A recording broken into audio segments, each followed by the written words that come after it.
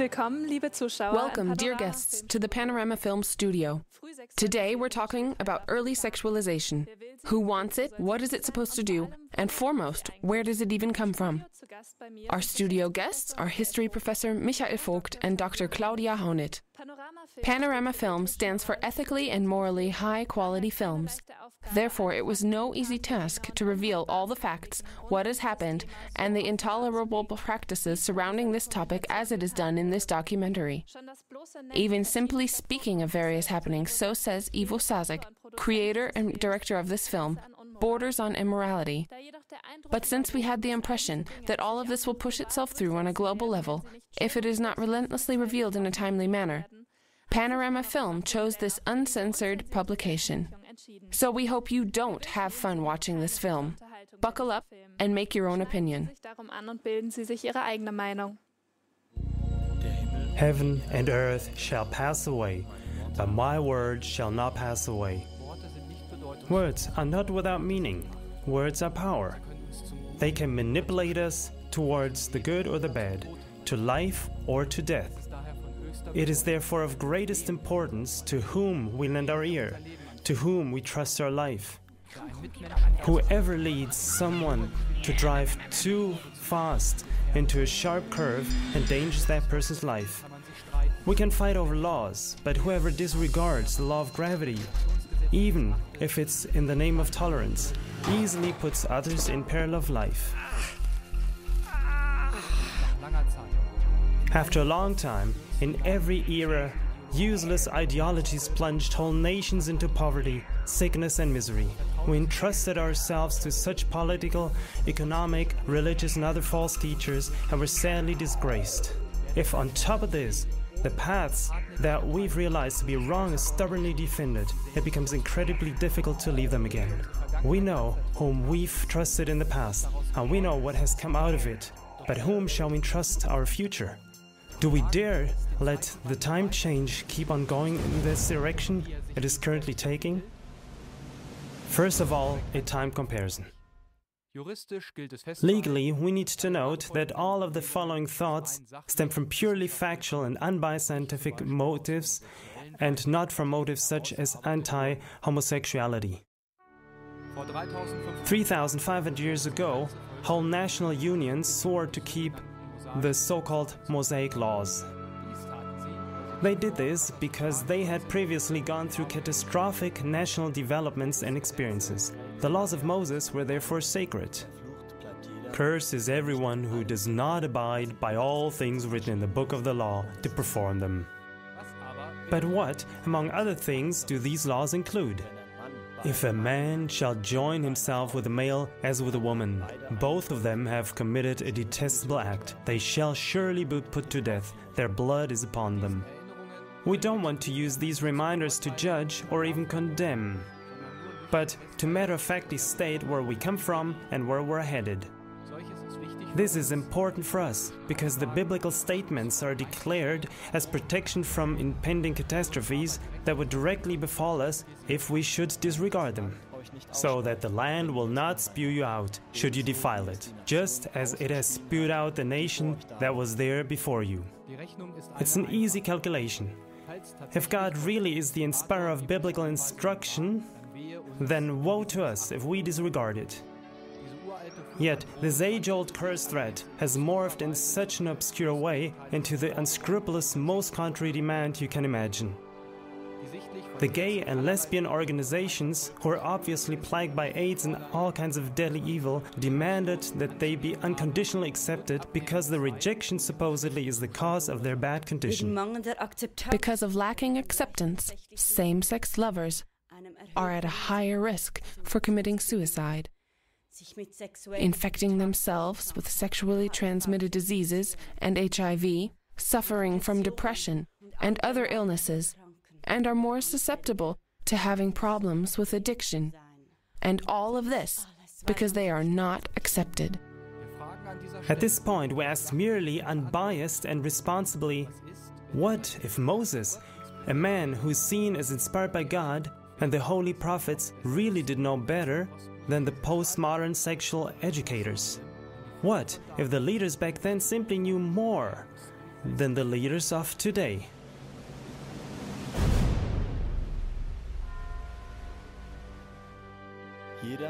Whoever lies with an animal shall surely be put to death. It's in our days that it's ever more normal and every day to hear reports in more mainstream media of intimacies with animals.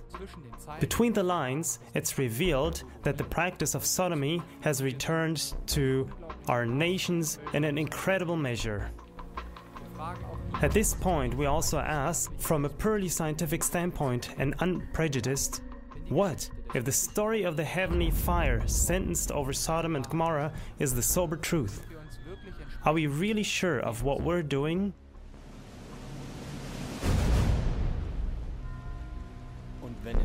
Now the man or the woman who is a medium or a spiritist shall surely be put to death. They shall be stoned with stones, their blood is upon them.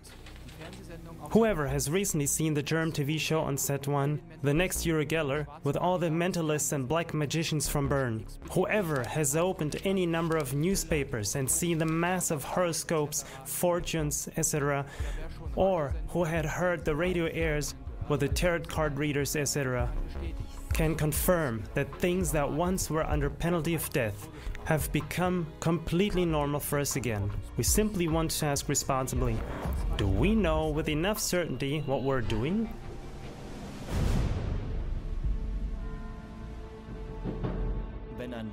If a man is found lying with a married woman, then both of them shall die. The man who lay with the woman and the woman. Thus you shall purge the evil from Israel. At the end of the 60s, the Flower Power movement forced an incredible upheaval of values and the moral standards of society. This movement saw itself as a sort of anti-war revolution. As an opposite pole of the war-happy doings of the government, they infiltrated society with a pacifistic philosophy of free love, of human freedom in general, and drug use. The floodgates were opened. Love was redefined, love meaning sex can't be something bad, no matter how. Now that every second marriage is divorced and almost every other is ruined, reports of and even urgent recommendations to cheat, have bisexual experiences, trading partners, etc., today belong to the most everyday guides in many printed, sound, and picture media sources. Here, we also need to ask scientifically, what were the past experiences and practical reasons why adultery was one day placed under the death penalty? Is that which used to be worthy of death really completely danger-free today and suddenly non-lethal? Who carries the responsibility in case today's opinion makers are making an enormous mistake?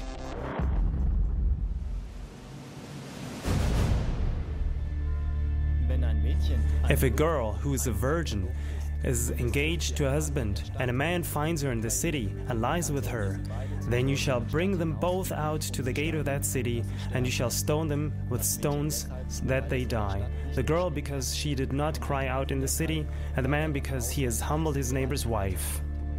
So you shall put away evil from among you. Are we, who keep on softening the Mosaic laws, really more wise than those who once realized these laws to be holy and thus carefully passing them down to us? Do we really know for sure what we're doing?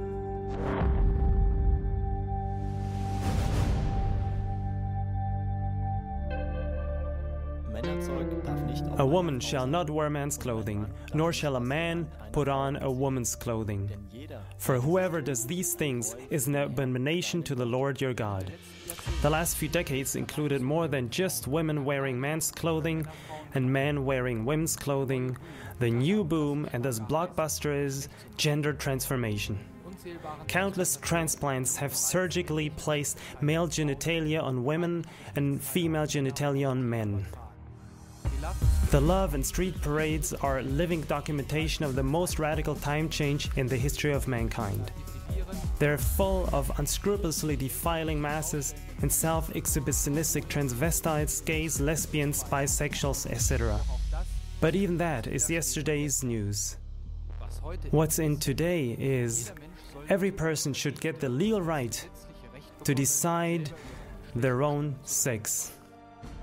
The question that we need to research and answer in this topic is, are we sure we can afford such developments? Everyone is free to believe what he wants.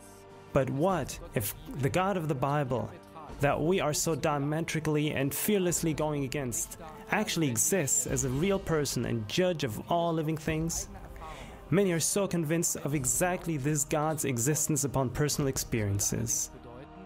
Of course, this would mean that surgically switched genitalia would surely displease him more than switched clothing.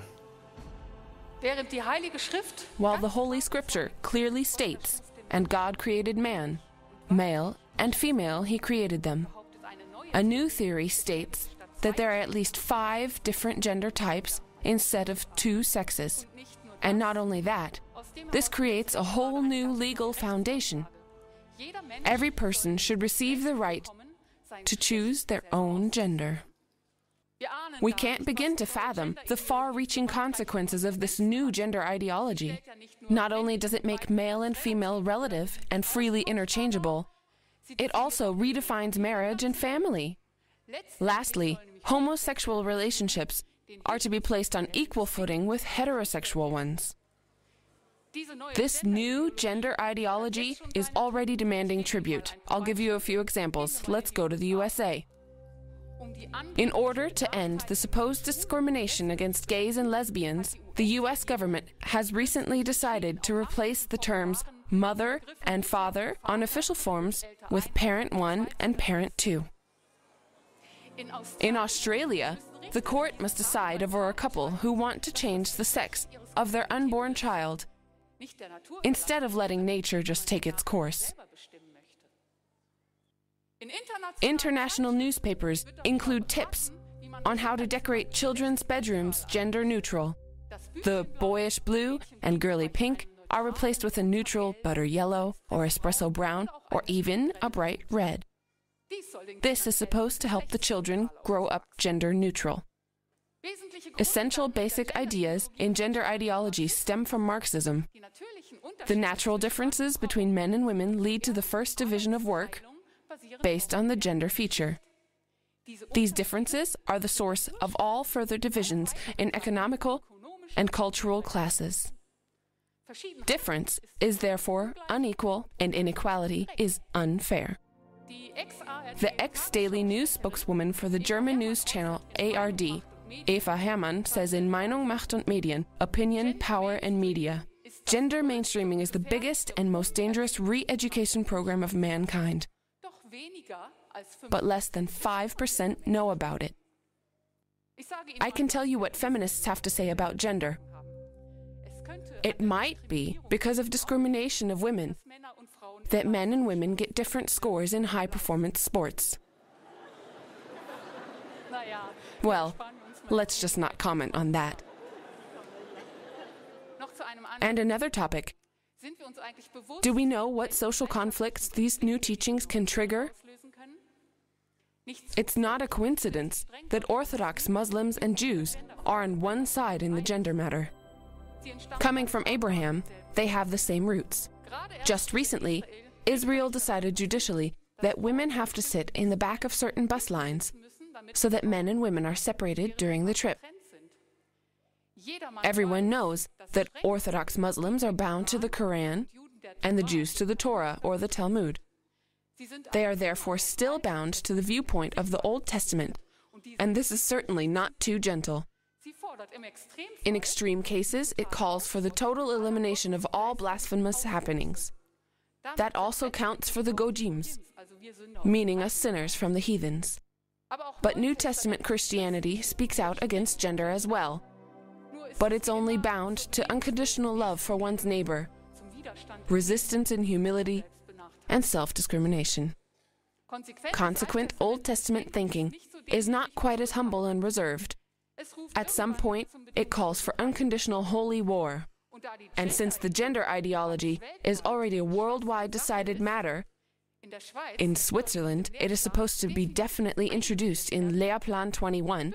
It's only a matter of time until the first terrorists with explosive belts show up in the media centers for newspapers, TV and radio stations in order to nip this evil in the bud.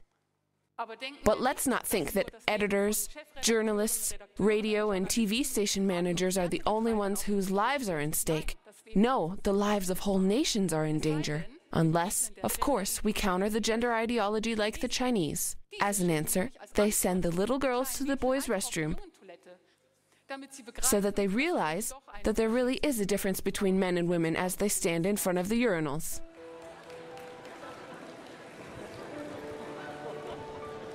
And how do we counter the gender ideology? It will not grab foothold as long as there are enough men and women that see and defend their manliness and womanliness as a costly and complementary reality. But the time change doesn't stop at gender.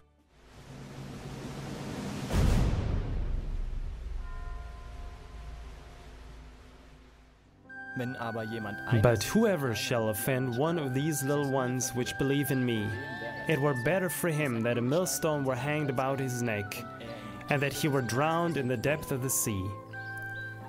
Take heed that you despise not one of these little ones, for I say to you that in heaven their angels do always behold the face of my Father which is in heaven.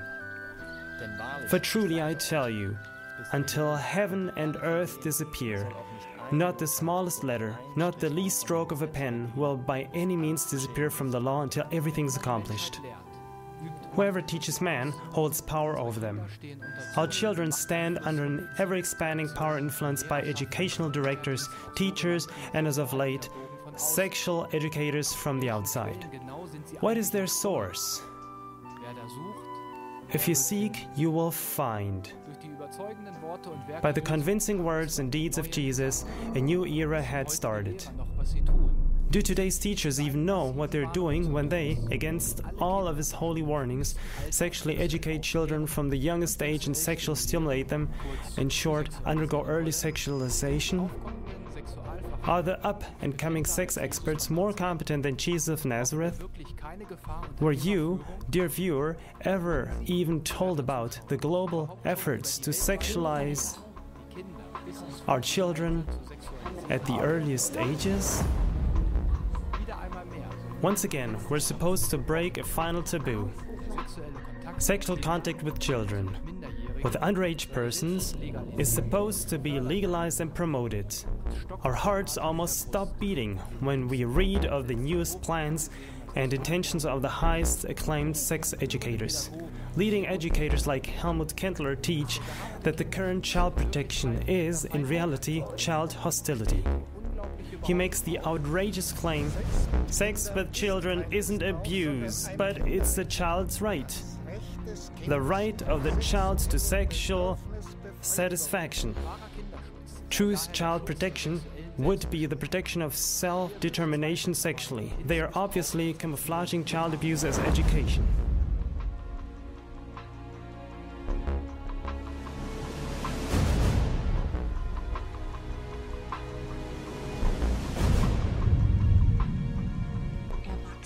Adults should speak with their children about porn.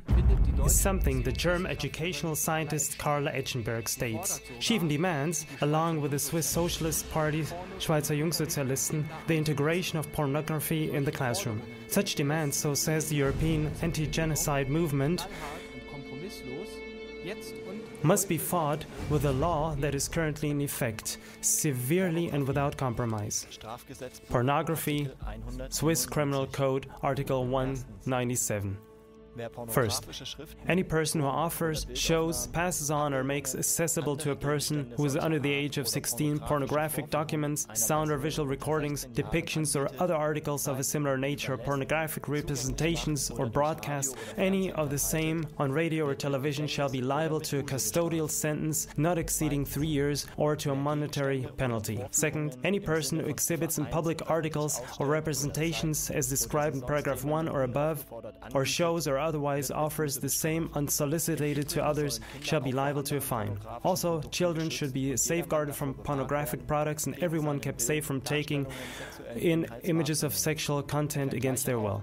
See also Article 358, an order on television services from March 25, 1992, Article 18a, paragraph 1.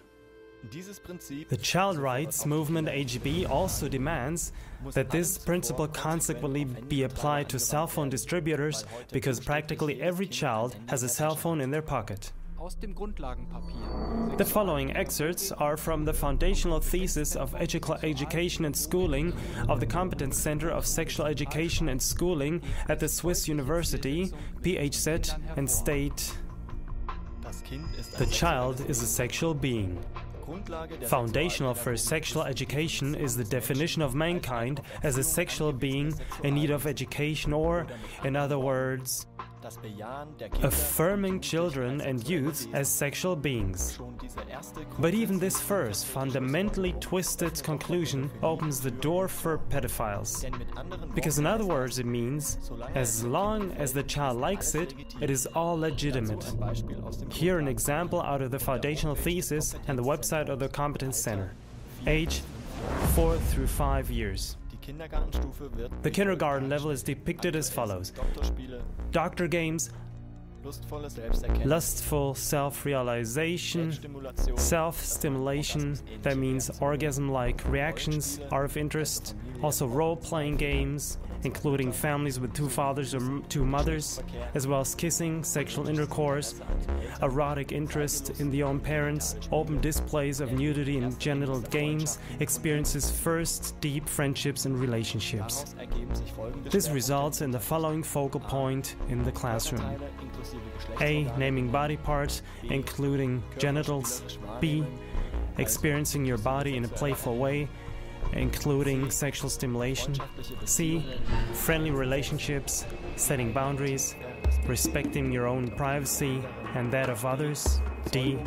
Procreation, how the sexual act is done so that a child is created. And this, dear viewers, with 4 through 5-year-olds. Age 6 through 12 years, activities with same-age peers, devaluation and or rejection of the opposite sex, gender stereotypical behavior, possibly exaggerated, provocative and or aggressive behavior towards the opposite sex, breaking taboos, possibly interest and erotic attraction toward the same sex, and when are you old enough to fuck? This results in the following curriculum: sexuality and language, curse words, an interview with such external sex educators currently in schools showed that they give every child, no matter what age, precise information about, for instance, what ass fucking, squirting off, and much worse if the child has heard such terms and not understood them. Procreation, pregnancy and birth, different forms of friendships, relationships and forms of life. This is where they funnel all the newly defined abnormalities into the children as normal, and more importantly, everything that was formerly normal is declared abnormal and illegal. Gender roles, new definitions, for instance, the working mother, the dad at the stove, sexual orientation, everything goes as long as it's fun. The first menstruation, the first ejaculation, HIV, AIDS, sexually transmitted diseases, sexual molestation, violence, masturbation, primarily boys, but also girls, and this as completely normal, important even. Age 12 through 16 years. Social changes, this means the developing independence and breaking away from the parents' household, rising interest in the detailed knowledge of sexual practices, possibly conscious contact with pornography. How many positions are there for sex and which are the best? Does swallowing sperm make you fat? This is where we end our listing for moral reasons. The curriculum is in any case aimed directly at all the utter gossip of children and youth, that lastly, absolutely every vulgarity is in everyone's head. Here is an example from the thesis and the website of the Competence Center. Developmental step, self-stimulation, meaning creating organism-like reactions. Behavior, discovering body regions as a source of new lust feelings. Conscious, repeated manipulation of body parts, including genitals. Playful discovery of gender roles through role-playing, like father-mother games. Families with two mothers, two fathers, one parent being in love, sexual intercourse. Or through doctor games, also discovering other bodies, satisfying the natural curiosity.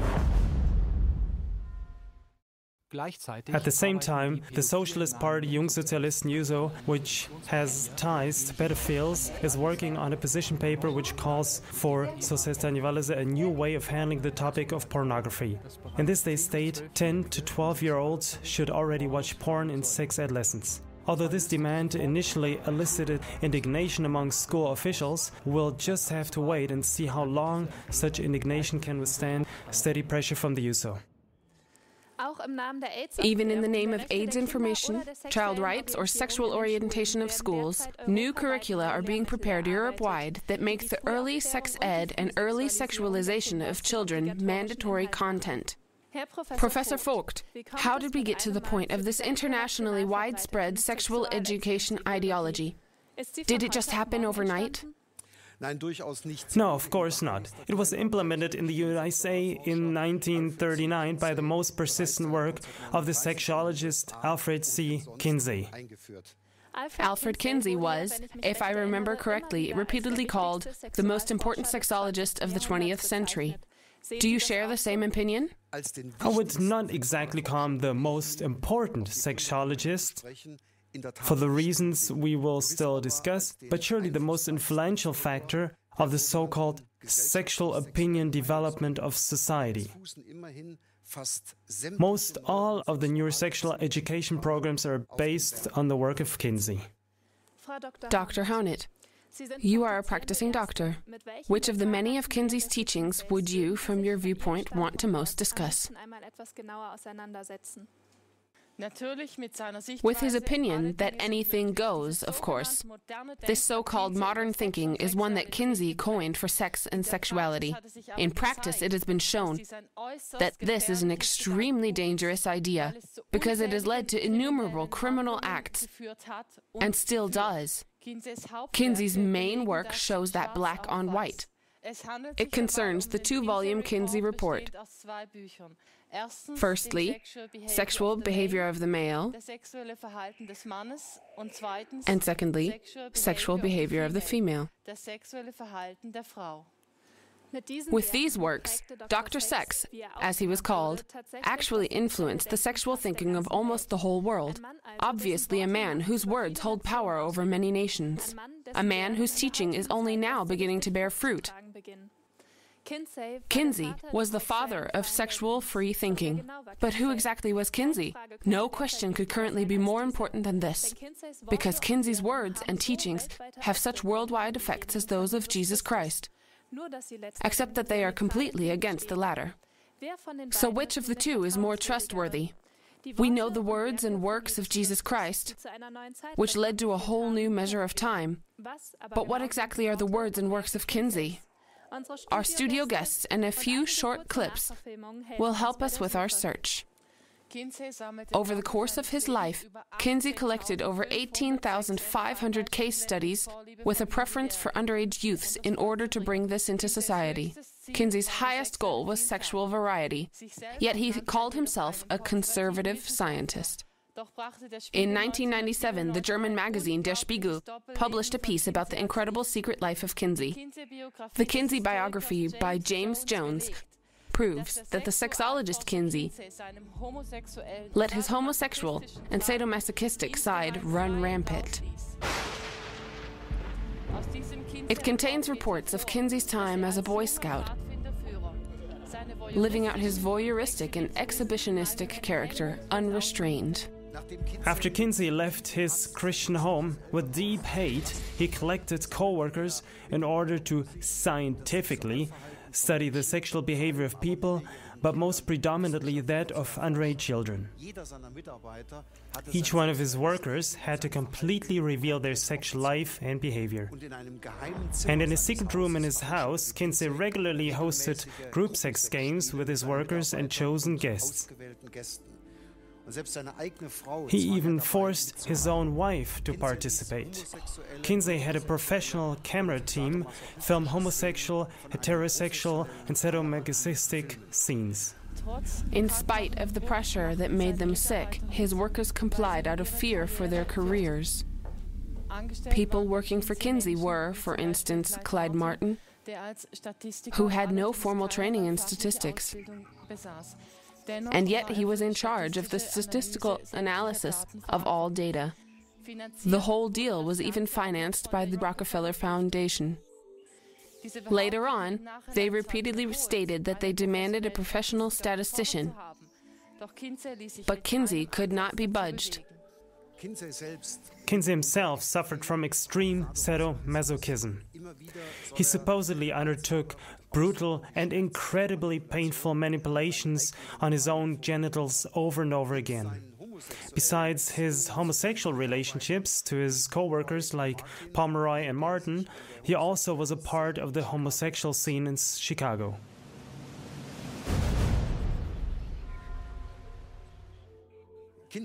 Kinsey created intense questionnaires for his scientific studies.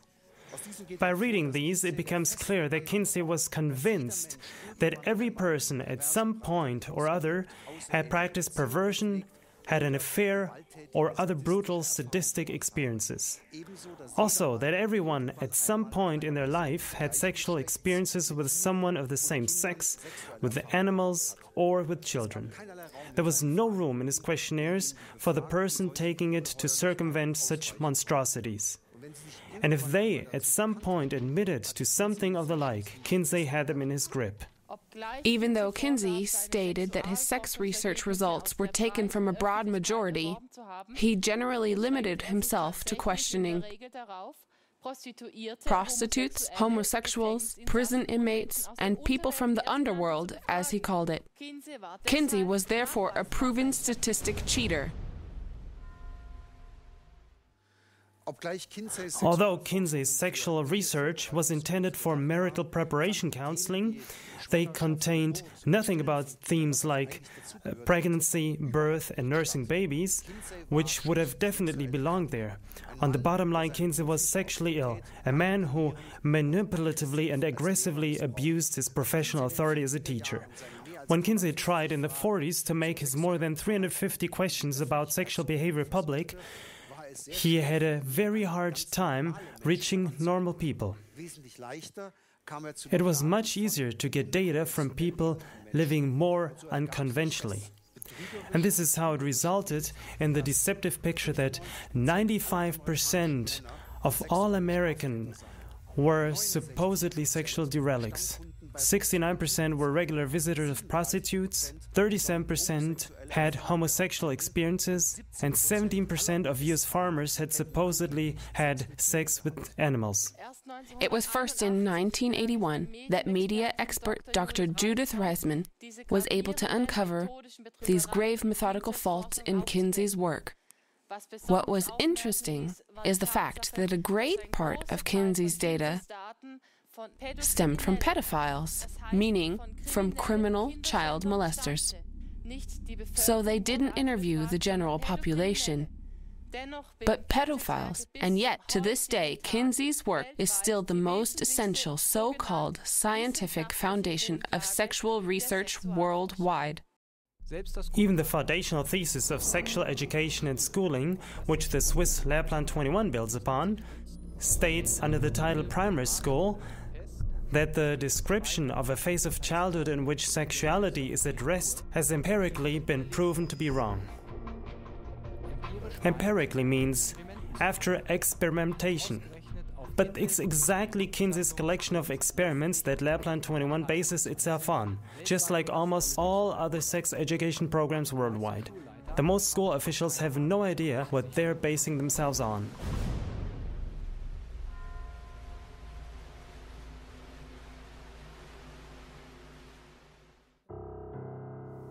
That's when you're young, and it's just too early, I think. In all honesty, that sounds ridiculous. We have 2 children of our own. The little guy is 3, the big isn't even 5 yet, and I seriously can't think of what he would need that for. We think it's absolutely wrong. I'm not for that. That has to be a joke. I don't think it's a good thing because, well, I mean, they're only 4 years old. What can they even do with that and such? It doesn't do anything for them at all. That's not even an issue at that age, or for 4- and 6-year-olds in kindergarten. That's a bit early, I'd say. You said 4 years old? No, I don't think that's good. No, I don't think that's okay. For us in any case, that's out of question. I also don't think it's good that young kids are confronted with sexuality. I don't think that's okay. 4? They want to learn and play and be a kid? They've got other things on their minds. I mean, that's acclimating them for that. Well, that's just impossible. No, I don't want that at all, that they educate them about that so early, not at all. I'm completely against. In kindergarten already, I think that's horrible. That's stupid. Seriously. Simply too early. That doesn't belong to kids. A child should play. A child should play outside and, not think about such things.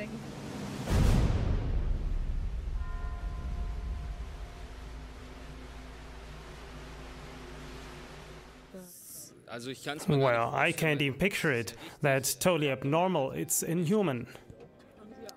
Impossible. Well, that's really bad. There are probably people who use that opportunity to get some. I've never thought of that. That would be the worst thing I could ever imagine. It shocks me to hear that. That sounds pretty weird. In no way is that good. But if I put my kid in kindergarten and knew that, I would be so mad, but I don't know what I'd do. Bad, not good. Excuse me? That's too crass. No, now I think even less of it. To touch a child like that, one that maybe can't even walk yet, that's where I draw the line. That gives me goosebumps. No, I don't think that's good. No, then I'm totally against it. That's total idiocy, such a study. Even if I use my normal everyday mindset for the whole topic, I know it's just stupidity. Ask the parents with kids, they know how children develop. I don't have to motivate a child to sexuality. In Sexual Behavior of the Human Male, Kinsey declares that his book only contains data from 5,300 Caucasian men and boys, although he supposedly held the data from 6,300 male persons. Alan Wallace, one of the USA's most renowned statisticians, analyzed this claim and came to the conclusion that the book only contained 4,120 persons. And it was also missing the exact age, structure, and sexual orientation of the subjects. Over and over, Kinsey claimed to have data representing the US population of the 1940s. But a closer look toward that book, Sexual Behavior of the Male, merely contained data from not representative, in part very suspicious subcultures. Approximately 1,400 criminals from prisons in various US states. Many of them were in for child molestation. Dr. Judith Reisman suspected 630 homosexual men. 200 so-called sexual psychopaths were found. Also 329 criminals sentenced for other various crimes. And also at least 317 male children between the ages of 2 months and 15 years who were abused sexually, although they suspected more. There were 350 students with odd behavior. And last but not least, there was a person group of criminals that Kinsey simply declared to be the underworld. A clear case of lies and propaganda by cheating statistics. When Kinsey was repeatedly criticized for this, he said that this perception was based on the old opinion that criminals were different than the rest of the population.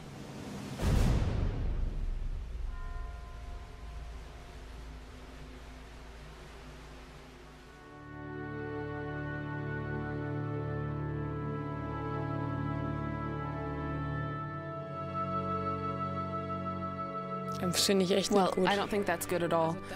That they practically base the principle on some extreme cases. I don't think anything of that really. Yeah, that's sick.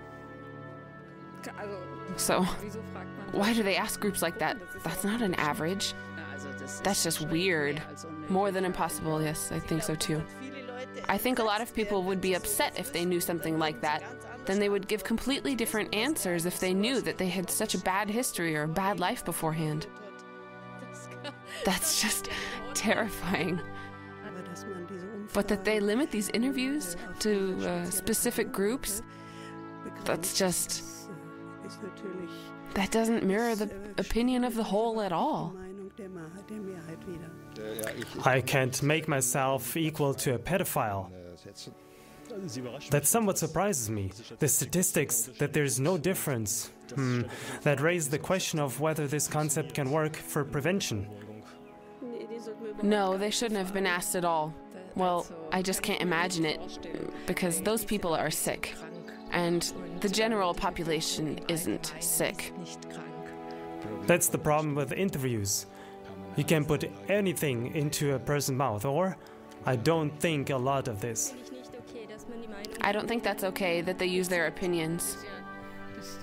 But those just... they're not competent people. But asking those who actually hurt children or other people with that topic, asking them, I don't know if it makes sense, or if it even fits into the topic. I mean, those are sick people. They shouldn't be in public anyway. With that sickness to the moon. That's where they belong.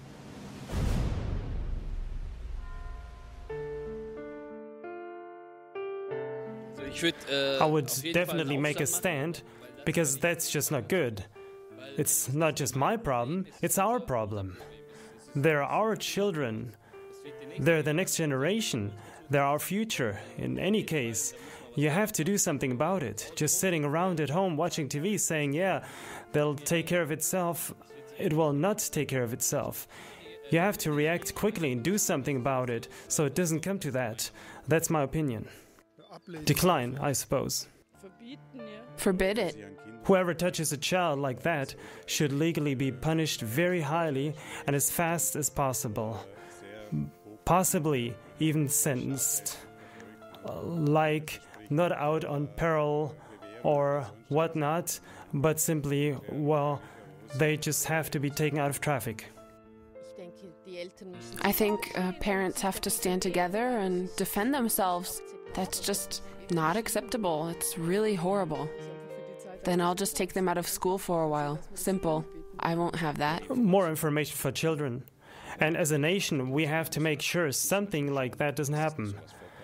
And of course, we ourselves have to do something about it and make sure that those people don't touch the children sexually or whatever. I just couldn't let that happen. I have a little girl of my own. I wouldn't let that happen. That's not okay. And not listen to their opinions in the first place. I think it's a seriously bad thing. I wouldn't allow my kid to do that. You just have to be against something like this. I mean, this is where we, the people, have to really stand together and go against something like this, especially the parents. If they have their kids in schools like that, I would take my kid out. For the things which are done by them in secret, it is a shame even to speak of. When Kinsey's book Sex Offenders was published in 1965, he defended sexual abuse of children with the words, "The repulsion with which society views adults who have had sexual contact with young children negates itself when we study the behavior of other mammals. Sexual activity between adults and immature animals is current and seems to be normal from a biological viewpoint." Did we hear correctly? Kinsey saw men merely as another kind of mammal? Alfred C. Kinsey placed all of us on the same level as apes, rabbits, dogs, and pigs. But in typical empirically scientific manner, Kinsey took it a step further and proclaimed that all sexual violence is a part of normal mammal behavior. The logical conclusion, if the parents wouldn't step in, so Kinsey says, young girls and women would see rape as a nice experience. Dr. Judith Reisman emphasized in her Kinsey studies that his extreme belittlement of sexual abuse even had an impact on American legislature. For instance, redefining rape and lessening the sentence. Kinsey even made fun of the FBI when they warned of a rise in sexual offenses in 1950. He belittled the disgusting crimes against children and boldly published that the much greater damage was done by the adults' hysterics. It's difficult to understand why a child should be disturbed at having its genitalia touched, or disturbed at even more specific sexual contexts, except for its cultural conditioning.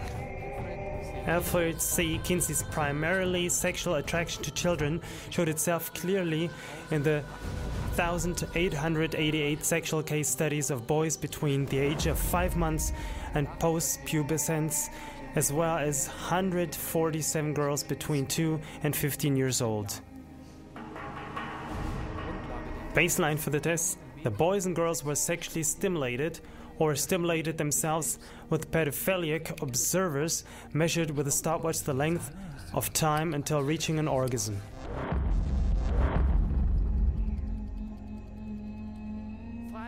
Of course, Kinsey denied having conducted these tests himself, but this claim releases him from guilt about as much as someone who doesn't exactly murder, but sends a hitman to do the job.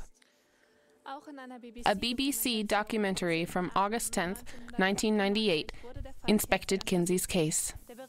The report of an older lady, merely called Esther, was very persuasive. I was just a young girl.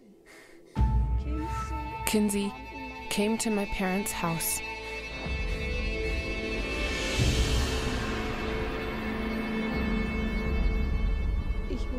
I was molested by my father and grandfather. My sexual behavior was timed with a stopwatch and filmed. They sent it all to Kinsey.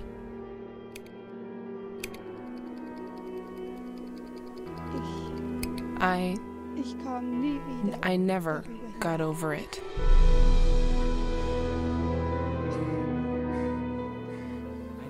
A team member, Paul Gebhardt, admitted in an interview in 1992 that the Kinsey team recruited pedophiles for getting scientific data on supposedly normal child sex. He stated, "We asked them, meaning the child molesters, to make observations, take notes, and, if possible, to measure the time and report back to us." Judith Reisman's studies show that children were molested over the course of months and years while their tormentors passed the records on to Kinsey as scientific data.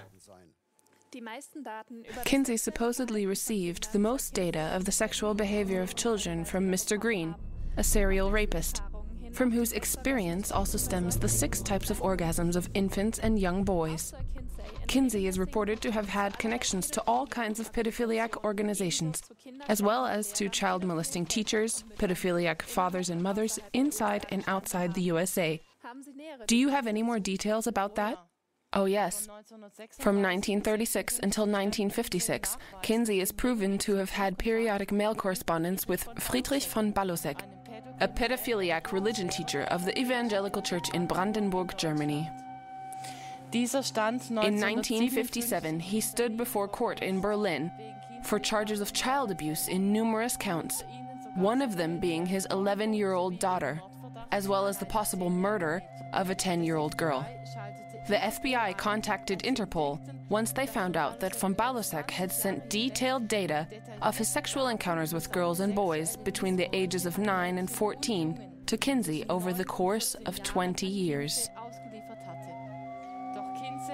But Kinsey refused to hand over the sex diary, under the pretense that he didn't want to harm the good name of the pedophiliac criminals. When the Chief Justice made the accusation that von Balosek abused children in order to impress Kinsey, he retorted, Kinsey asked me to do it himself. The German paper Die Berliner Morgenpost wrote on May 16, 1957 on page 3, Kinsey should have pressed charges against Balosek. Almost all of today's sex education programs base themselves directly or indirectly on Kinsey. It's time for society to finally say goodbye to Kinsey and his criminal foundation research and turn towards the abused victims instead of the perpetrators driven by their carnal instincts.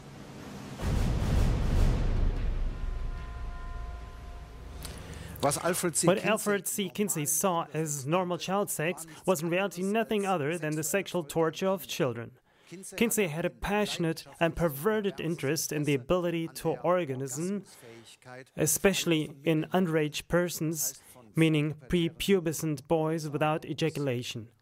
And as a result of Judith Reisman's research, a staggering documentary called The Children of Table 34 was created, revealing the most gruesome details for the safety of the child victims of that infamous Table 34.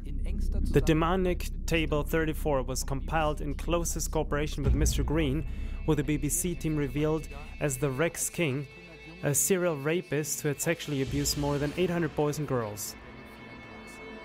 In it, Kinsey listed the orgasm ability of no less than 317 male infants and children.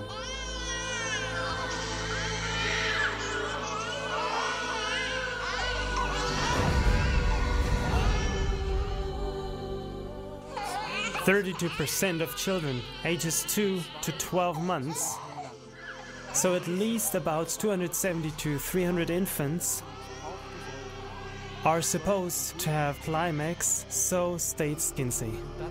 And the more incredible, Kinsey complained in the same breath that there were scores of pre-adolescent, prepubescent children who did not climax, even under persistent, different and repeated stimulation.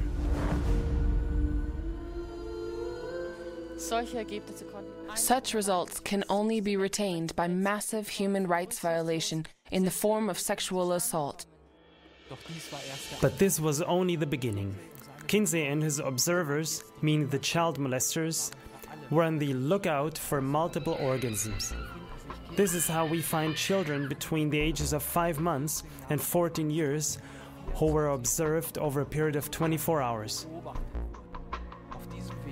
This way, 11-month-old infants were forced to have no less than 14 orgasms in 38 minutes, and 2-year-old toddlers to have 7 orgasms in 9 minutes.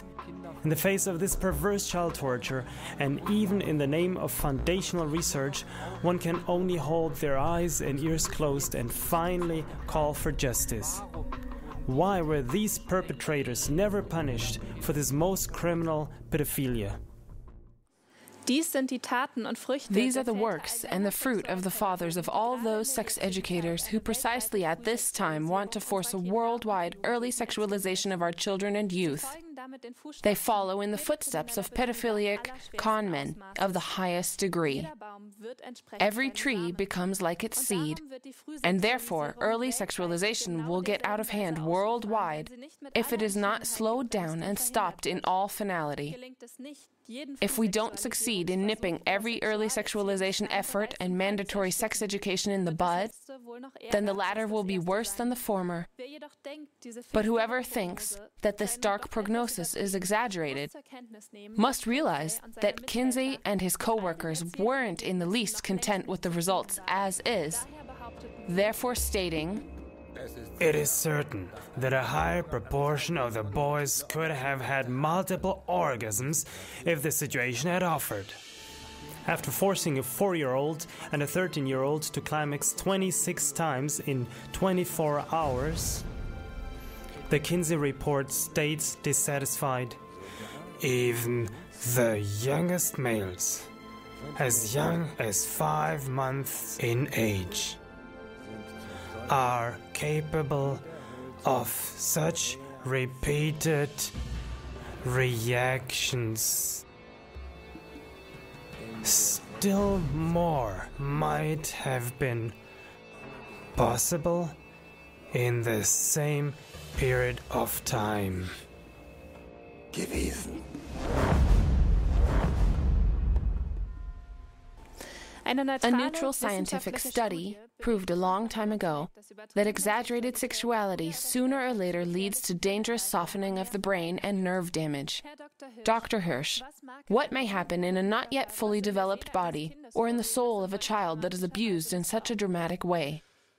I know of a more recent scientific publication by Professor Dr. Remschmidt of the Pediatric Psychiatry Clinic at the Philipps University in Marburg, Germany, which was in the German Medical Journal on April 29, 2011. Professor Remschmidt notes that already general psychical and psychological abuse, let alone sexual molestation during childhood years, always, I repeat, always leaves traces behind itself in the child's brain. This isn't only seen in examinations of pertinent memory content in persons who were sexually abused, but also in the brain structure and function of the victims. People who experience physical and sexual abuse during their childhood are also more prone to be affected by psychological breakdowns later in life. As for the emotional psychical strain in an early sexualized child, it is only of greatest importance to know what the child molesters documented during the, let's say, early sexualization attempts, so we don't have to call it rape. They recorded it in Kinsey's list of 6 orgasm types, of which I will only cite a few excerpts.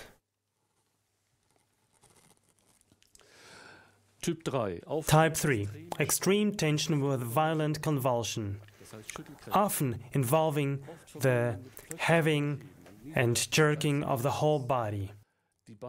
The legs often become rigid, muscles of abdomen contracted and hard, shoulders and neck stiff and often bent forward. The breath held and gasping, eyes staring or tightly closed. Type 4. Hands grasping, mouth distorted, sometimes with tongue protruding. The whole body or parts of it spasmodically twitching, sometimes synchronously with throbs of violent jerking. Still more violent convulsions of the whole body. Heavy breathing, groaning, sobbing, or more violent cries, sometimes with an abundance of tears, especially among younger children. Type 5. Culminating in extreme trembling, collapse, loss of color, and sometimes fading of subject. Type 6. Pained or frightened at approach of orgasm. Some males suffer excruciating pain and may scream if movement is continued or the penis is even touched. But whoso shall offend one of these little ones which believes in me, it were better for him that a millstone were hanged about his neck, and that he were drowned in the depth of the sea. It was all pure child torture, and this is exactly what it will come to worldwide if we let early sexualization pass.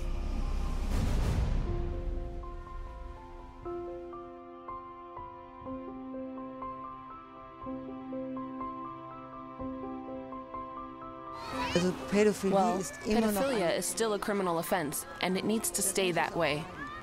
It doesn't become time-barred. Well, I can't picture it. Those people are sick. We really all have to stand up against this, so something happens, so early sexualization can't get a foothold worldwide. I don't think that's okay. Something like this shouldn't even happen. I can't even really picture it. If something like this would happen to my kid, then I wouldn't know what to do either. I just can't imagine. It's not okay. But like I said, people like that belong behind bars immediately, in closed mental institutions. That's it. Well, I can't picture it. Those people are sick. It's horrible that something like this even exists, but they are, I have to say, pigs. I guess I didn't hear correctly. Sexual kinkiness and personal drives being misused for research purposes? That can't be. We need new laws to bring an end to this disgusting practice. I think it's terrible. Well, I can hardly imagine my daughter or son being touched or handled by someone like that, and as an infant. No way. It's shocking. Oh my God, that's gross. Yeah, I don't even know what to say. That's just not normal. Kinsey should have used the same enthusiasm to work on tightening laws after finding out what he did. Instead, he misused his research duty. Oh God, they should all go to prison and be shot. No, seriously. A really bad punishment or so, lifetime sentence. So they can't do that anymore, because if they do it once, they'll do it again. This may sound harsh, but I have no sympathy for them whatsoever. They belong locked away forever. If such criminal child molestation is not to spread to worldwide abuse epidemic, there is only one way to help: clarifying opposition. But not by making our children porn competent, but by radical federal protection against every early sexualization attempt. We must note that all of this filth was already systematically filtered into the nations as modern sex education in 1938.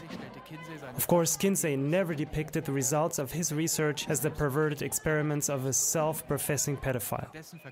Instead, he sold it as the first scientific proof that children were sexually needy from birth. But it's in our time, right now, that these criminal acts bear fruit in the worldwide call for the right of children to sex experience. Lehrplan 21 is to bring sex education into every Swiss school. As we speak, foundations are being laid and laws put into effect on various levels that make every refusal of the obligatory and comprehensive sex education in school a felony. The coercion of the sex ed program is already formulated in such a way that not even freedom of religion will be accepted as an exemption. No one's argument counts. Neither ethically moral objections from parents nor the refusal to participate by uninterested children. What kind of spirit is in charge here? And these laws have already come into effect. In 2010, parents in Germany were already thrown in prison for 40 days and faced €1,000 fines for refusing to send their children to sex ed. Only the people can say no to such sectarian, overly dictatorial force. We say no to mandatory sex ed. We say no to mandatory sex ed and no to comprehensive sex ed in schools. The Swiss nationwide program HIV and Sexual Transmitted Diseases of the BAG wants to ensure comprehensive sexual education. The foundational thesis, the BHS and BAG build a foundation for a lawful mandatory sex education for Swiss citizens. The BAG in Switzerland calls for comprehensive early sexualization in the name of epidemic prevention. Basel's school law is working towards, as a transition for Lehrplan 21, instituting early sexualization. In the name of child protection and mother counseling, they're pushing early sexualization in info brochures. There's no need for a pedagogical or educational eros, as the so-called reform educators want to make us believe. The fruit of reform education has, in Germany at least, been seen in full in the numerous abuse cases in boarding schools and other schools. Those who called for the so-called modern changes the loudest were also the worst perpetrators. Exactly this, and most likely worse, can and will happen with the introduction of early sexual education. It opens the floodgates for sexual abuse by such relevant people. We don't need our children eroticized. Moreover, and more urgently, we need our society to return to the time-tested educational moral standard that has respect for the Creator, that merely entrusted these children to us. We have to do everything possible to let those in our care experience the physical and emotional wholeness that is unalterable for their healthy development. In closing, let me say the following. Whoever violates children and youths under their care, abuses their human right to physical and emotional wholeness, and has committed a felony that today must still be pursued and punished by the justice system.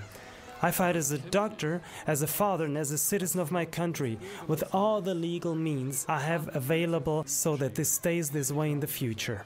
A mandatory sex education is almost legal at past.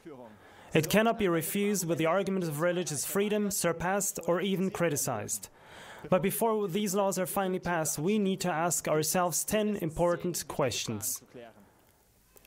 Why does the media not criticize Kinsey's human rights violating statements about sexual abuse in the same constant way it usually does even the most harmless sex affair of influential politicians? Where are all the sex experts? Was Kinsey not influential enough? Why does the media support Kinsey's child abuse so trivially, making themselves guilty by association per law for the torture of innumerable toddlers and children over the course of years? Why, after Dr. Judith Reisman revealed the facts, was there no public examination of Kinsey's data? Why did the German Federal Center for Health Education still publish Kinsey's data as completely non-critical in a representative brochure? And this, knowing of Reisman's work? Why did the 2005 award-winning Hollywood movie Kinsey, Let's Talk About Sex, make it into German theaters? Which institute presented the award? What was the rating? Why did this film not pass on the previously revealed genuine truth about Kinsey, instead against better judgment portraying Kinsey as the man who finally brought the Western world sexual freedom? Is the seemingly incredible true that even leading educational directors, the most influential politicians, and a great portion of the media starting with Hollywood are in the same bed as the sex criminals? Could all the aforementioned person circles withstand thorough investigation for pedophilic acts? Is this a privately organized infiltration of our national representatives? A pointed circumvention of democratic order? Is this all coming from a pseudo-government? The possibility cannot be excluded. For even in the Ukraine, there are constant seminars and conferences being organized for teaching personnel at schools that are being financed by private investors. Who are they exactly? Especially from Sweden.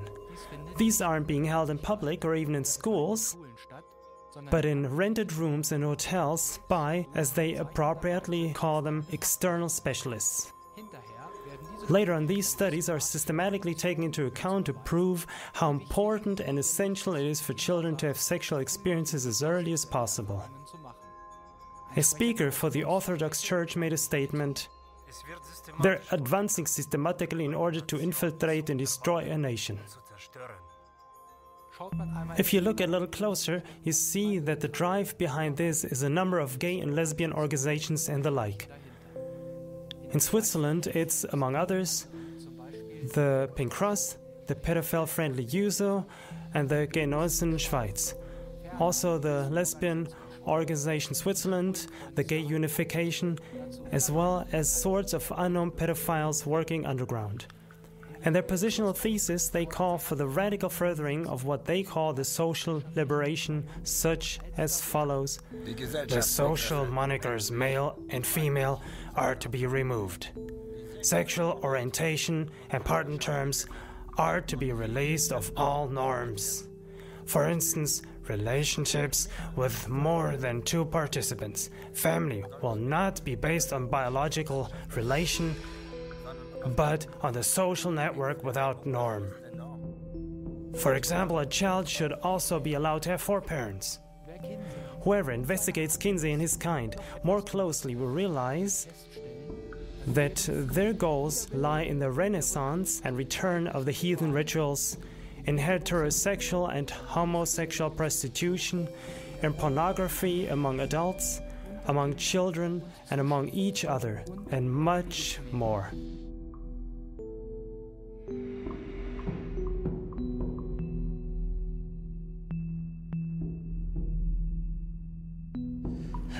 Well, what can we do? When will we really take these people out of traffic? With the internet, it's nowadays really easy to persuade people. And all the stuff that's posted there, I think it's downright crocky that they don't follow up on that more rigorously. It's an easy thing to close or block these websites. I would go on the streets and collect signatures and do interviews and just do something about it. I wouldn't want that for my child. Yeah, I think they have to do something about this early on and not when it's already too late. All the sexual advertising should be banned as well, like the smoking ban. I would stand up and make sure that people know what's going on. Use a little more sanity. Such stupidity coming from the USA, it's not always good. You see what happens. And we really have to watch out for the kids. The state doesn't do much about that. They say, okay, have kids, but they don't really help at all, you know. They think it's okay that you have to watch out more for the child molesters and such. Yourself, the people should watch out too. As a dad, I'm already worried that if I send my kid to kindergarten, something will not happen to him. I have to make sure what kind of people even work there, what kind of people there are. The state needs to watch out for that as well. Healthy common sense. The parents have to watch out for their kids. I don't need any studies for that. I don't need anything.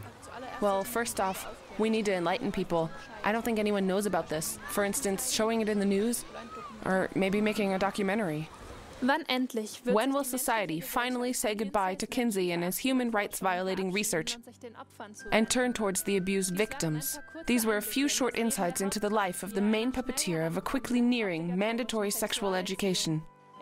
I want to thank my studio guests for their cooperation, and you, dear viewers, for watching and your future help. Resistance is mandatory for those who love children and mankind.